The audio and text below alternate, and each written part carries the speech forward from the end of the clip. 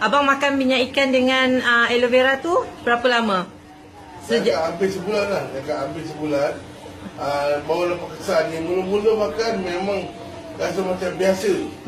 Sebab kita dah lama sakit kan. Kita rasa macam biasa je. Lama-lama baru macam dah seminggu dua tu baru kita nampak kesan je. Daripada bengkak ni jadi susun. Daripada bengkak sakit sini dah rasa kurang. Lepas tu tangan dah boleh bengkok lah. Oh, sebelum ni memang tak boleh bengkok tangan? Tak boleh, memang macam tu lah. Kita nak gerak dengan dia pun rasa macam berat sangat. Berat sangat.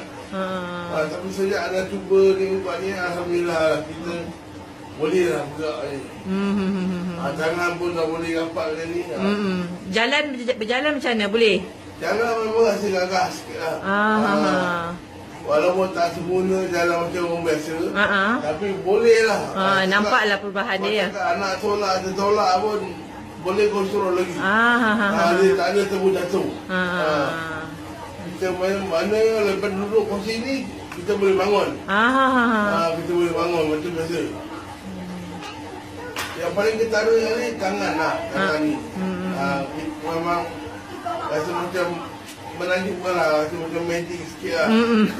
Daripada gegar macam tu, tiba-tiba dia jadi lembut macam tu. Semua jari boleh berfungsi.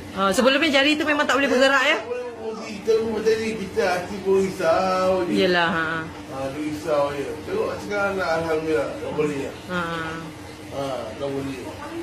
Walaupun tak berapa kuat, tapi nampak perubahan. boleh lah. Boleh, waktu dah boleh bergerak lah. Alhamdulillah.